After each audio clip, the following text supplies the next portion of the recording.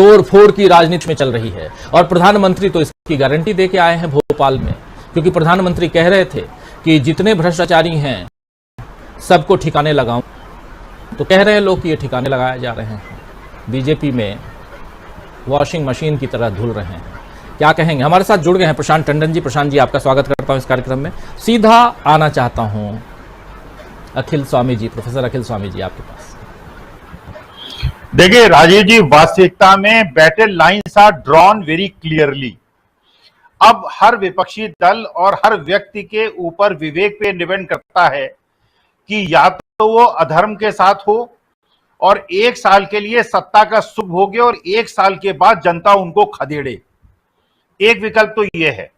दूसरा विकल्प ये है कि 1 साल तक दुख को भोगे, तन के खड़ा रहे, जो कष्ट उनके सामने आए उनको झेले और 1 साल के बाद जनता की सेवा करे और जनता के साथ कंधे से कंधा मिला के आगे बढ़े।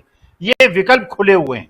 देखिए राजीव जी, आपने सुना होगा, पुरानी कहानियों में सुना होगा, एक समृद्ध राजा हुआ करता था, उसको एक उसके घर के भेदिये ने धोखा दिया और धोखा देके उस राजा को जब उसने हराया और विपक्षी ने आके उसके राज्य में शासन शुरू किया, तो ये व्यक्ति जिसने धोखा दिया था वो आक्रमणकर्ता के पास जाके कहता है मुझे इनाम दो क्योंकि मैंने सत्ता तुमको सौंपवाई।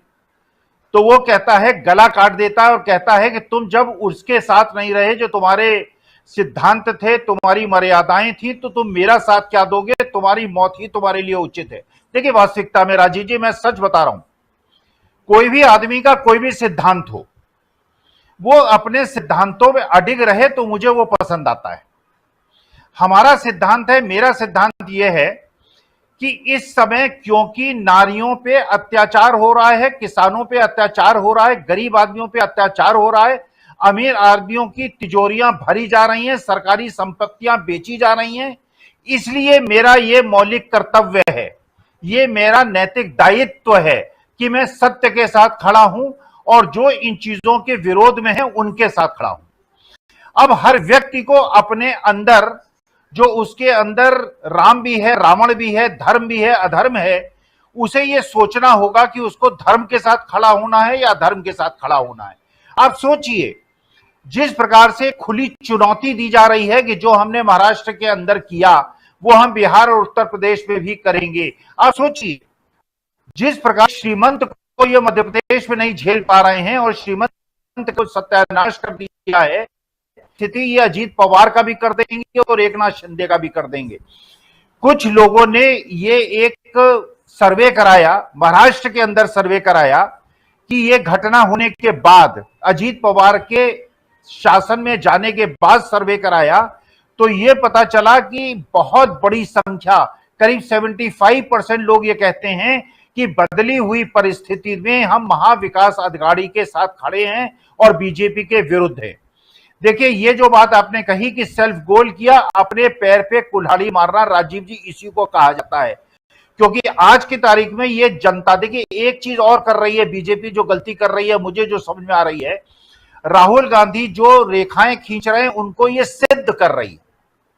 राहुल गांधी ने पहली रेखा खींची कि ये नफरत फैलाते हैं, मैं प्यार फैलाता हूं। ये मणिपुर नहीं गए, इन्होंने आज व्हाट्सएप पे, फेसबुक पे या हर जगह ये जब नफरत फैलाने का प्रयास करते हैं, ये बात सिद्ध होती है और जो फैन सिटर्स हैं वो समझते हैं कि राहुल गांधी सही बोल रहे हैं। दूसरी तरफ भ्रष्टाचार, जो लोग भी भ्रष्टाचार में लिप्त हैं, जिन पे भी ईडी की रेड होती है, जिनके भी बैंक अकाउंट फ्रीज होते हैं, वो लोग सारे के सारे, जिनके खिलाफ प्रधानमंत्री छाती ठोक के कहते हैं कि मैं गारंटी देता हूं इनको जेल के अंदर करा दूंगा, और अगले दिन वो मंत्री बन जाते हैं और सारे केसेस वापस हो जाते हैं और बैंक अकाउंट डिफ्रीज हो जाते हैं। इसका मतलब यह है कि बैटल लाइन्स आर ड्रॉन, धर्म और अधर्म के बीच का युद्ध है और हर भारत के 142 करोड़ लोगों को यह निर्णय लेना है कि वो धर्म के साथ है या अधर्म के साथ है।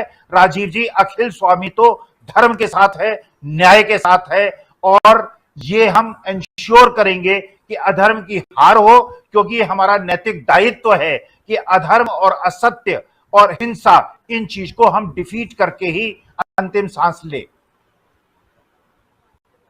की बात उधर लालू प्रसाद यादव को अभी आपने जब सुना तो लालू प्रसाद यादव भी जो बातें कह रहे थे, बहुत महत्वपूर्ण बातें रख रहे थे और आज भी उसी तेवर में नजर आ रहे हैं। दूसरी तरफ आपने जयंत चौधरी को भी सुन लिया। बहुत सारे ऐसे बयान आए हुए हैं अलग अलग नेताओं के, लेकिन बीजेपी और बीजेपी के सहयोगी नेताओं दलों के जो बयान आ रहे हैं वो यही है कि बिहार में सबसे पहले तो जेडीयू से पहले भी कांग्रेस टूटेगी, ये कहा जा रहा है और कहना है उपेंद्र कुशवाहा का।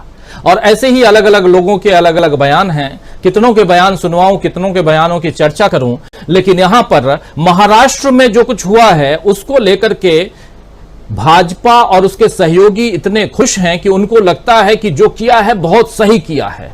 लेकिन जैसा प्रोफेसर अखिल स्वामी जी कह रहे हैं कि जिनको एक साल तक खुश रहना है, खुश रह लें। साल भर के बाद परिस्थितियां बदलेंगी, जनता जब देखेगी, जनता जब देख रही है आज भी, तो वो अपने हिसाब से वोट देगी। और यही बात शरद पवार भी कह रहे हैं कि अगले 3 महीने में मैं अपनी पार्टी खड़ी कर दूंगा। आना चाहता हूं जरा डॉक्टर प्रकाश हिंदुस्तान